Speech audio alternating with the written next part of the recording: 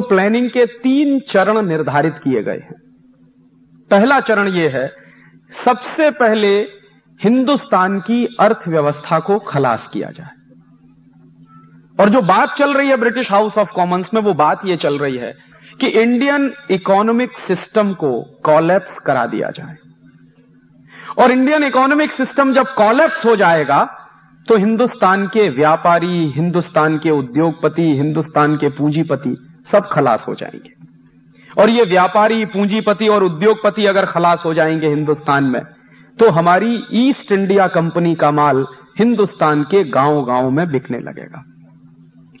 और इस डिबेट को चलाते हुए विल्बरफोर्स कह क्या रहा है, एक मजेदार बात आज आप देख रहे हैं जो चल रहा है उसका कंपैरिजन मैं कर रहा हूं। विल्बरफोर्स कह रहा है कि हमको हिंदुस्तान में फ्री ट्रेड करना है। तो एक एमपी पूछता है उससे, what do you mean by free trade? तो विल्बरफोर्स कह रहा है कि फ्री ट्रेड का माने ब्रिटिश गुड्स का हिंदुस्तान के गांव-गांव में बिकना, ब्रिटिश गुड्स का, ब्रिटेन के माल का हिंदुस्तान के बाजारों में भर जाना, और ब्रिटिश के माल का, ब्रिटेन के माल का हिंदुस्तानी लोगों द्वारा ज्यादा से ज्यादा कंजम्पशन करना, उपभोग करना, यह है फ्री ट्रेड। इसके सेकंड पार्ट में एक बात और कह रहा है विल्बरफोर्स, फ्री ट्रेड की व्याख्या करते हुए। सेकंड पार्ट में यह कह रहा है कि यह जो फ्री ट्रेड चलेगा, इसमें एक चीज और होनी चाहिए कि हिंदुस्तान में बहुत अच्छा रॉ मटेरियल है जो इंग्लैंड में नहीं है। जैसे कॉटन का रॉ मटेरियल है, स्टील के ओर्स हैं इस देश में, आयरन ओर बहुत अच्छा है, और भी तमाम तरह के रॉ मटेरियल हैं। तो वो कह रहा है कि कुछ इस तरह का फ्री ट्रेड चलना चाहिए कि जिससे हिंदुस्तान का सारा रॉ मटेरियल ब्रिटेन में आना शुरू हो जाए, और उस रॉ मटेरियल के लिए हमको एक नया पैसा खर्च नहीं करना पड़े, और उस रॉ मटेरियल से हम फिनिश प्रोडक्ट बनाएं और वापस इंडियन मार्केट में ले जाकर बेचें। तो जब ये डिबेट कंक्लूड हो रही है तो उस डिबेट को इंप्लीमेंट करने के लिए पॉलिसीज बनाई जा रही हैं। और वो पॉलिसीज क्या बन रही हैं? पहली पॉलिसी बनी है, और ईस्ट इंडिया कंपनी को एक चार्टर इशू किया गया है। ये ईस्ट इंडिया कंपनी जब आई है तो 20-20 साल के चार्टर उसको दिए जाते हैं। पहला चार्टर 1601 में मिला है, फिर दूसरा चार्टर 1621 में मिलता है, फिर इस तरह से 20-20 साल से चार्टर दिए जाते हैं। चार्टर माने अधिकार पत्र। तो इस तरह से 1813 की ये डिबेट जब कंक्लूड हो गई है तो ईस्ट इंडिया कंपनी को एक स्पेशल चार्टर इशू किया गया है हाउस ऑफ कॉमन्स की तरह से, और उस तरफ से, और चार्टर का नाम है चार्टर फॉर फ्री ट्रेड। और मैं जोर दे रहा हूं इस फ्री ट्रेड शब्द पर कि ये जो फ्री ट्रेड शब्द है ये कोई नया नहीं है, ये 250-300 साल पुराना शब्द है। आज जो कुछ आप अखबारों में पढ़ते हैं, सुनते हैं कि इस देश में लिबरलाइजेशन हो रहा है, ग्लोबलाइजेशन हो रहा है, किस लिए हो रहा है? फ्री ट्रेड के लिए हो रहा है। तो ये फ्री ट्रेड तो इस देश में अंग्रेजों ने भी चलाया है। और अंग्रेज इस देश में फ्री ट्रेड क्यों चला रहे हैं? इंडियन इकोनॉमिक सिस्टम को बर्बाद करना है और ब्रिटिश इकोनॉमिक सिस्टम को इस देश में स्थापित करना है, इसके लिए वो फ्री ट्रेड चला रहे हैं। तो उस फ्री ट्रेड में पॉलिसीज क्या बन रही हैं? जो सबसे पहली पॉलिसी बनी है कंपनी सरकार की, 1813 में इस देश में कंपनी की सरकार है, ब्रिटेन की सरकार नहीं। ब्रिटेन की सरकार आई है 1858 के बाद, रानी की सरकार सीधे 1858 के बाद आई है। उसके पहले कंपनी की सरकार है, माने ईस्ट इंडिया कंपनी की सरकार है।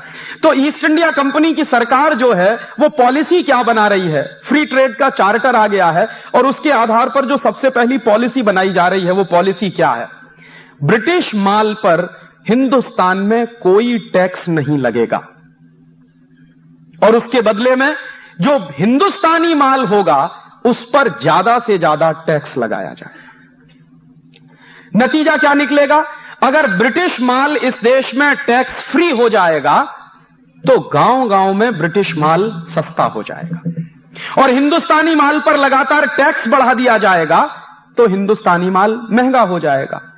तो स्वदेशी माल महंगा हो जाएगा और विदेशी माल सस्ता हो जाएगा। इसके लिए पॉलिसी बनाई है कंपनी सरकार ने, जिसको कहा गया है चार्टर फॉर फ्री ट्रेड, और उसके तहत इस देश में अंग्रेज कुछ कानून बना रहे हैं। कानून क्या बना रहे हैं? ब्रिटेन के माल पर तो टैक्स हटा दिया पूरी तरह से, और कोई इंपोर्ट ड्यूटी नहीं लगेगी ब्रिटेन के माल पर। और हिंदुस्तानी माल बनाने वाले लोगों पर सबसे पहला टैक्स लगाया गया central excise and salt tax. और यह अंग्रेजों ने क्यों लगाया है सेंट्रल एक्साइज टैक्स? ताकि हिंदुस्तान में माल बनाने वाले लोगों का माल महंगा हो जाए, तो सेंट्रल एक्साइज टैक्स लगा दिया। माने जो वस्तुएं बन रही हैं उस पर उत्पाद कर, वस्तुओं के उत्पादन पर कर। उसके बाद हिंदुस्तानी व्यापारी उन वस्तुओं को बाजार में बेच रहे हैं, तो कंपनी सरकार ने वस्तुओं के बाजार में बेचने पर भी कर लगाया है, जिसको अंग्रेजों ने कहा है सेल्स टैक्स।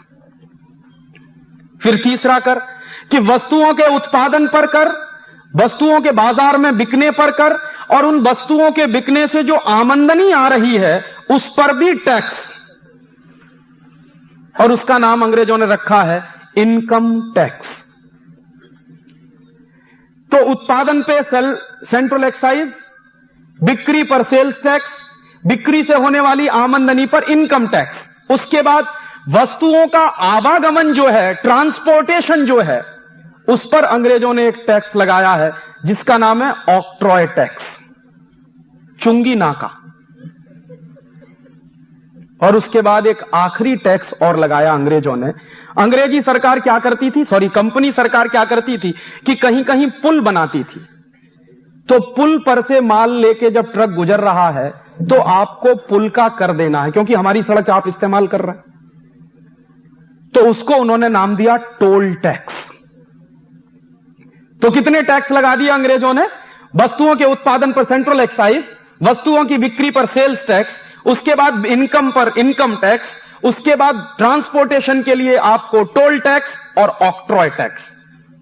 और ये पांचों टैक्स अंग्रेज लगा रहे हैं इस देश के उद्योगपतियों पर, ताकि इस देश के उद्योगपतियों का नाश किया जाए।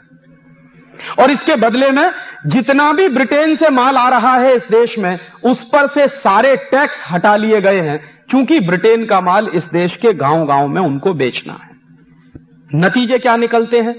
जब ये पांचों के पांचों टैक्स लग जाते हैं, और उस जमाने की बात कर रहा हूं, आज से लगभग 200 साल पहले की, 1840-1850 में, 150 साल पहले की।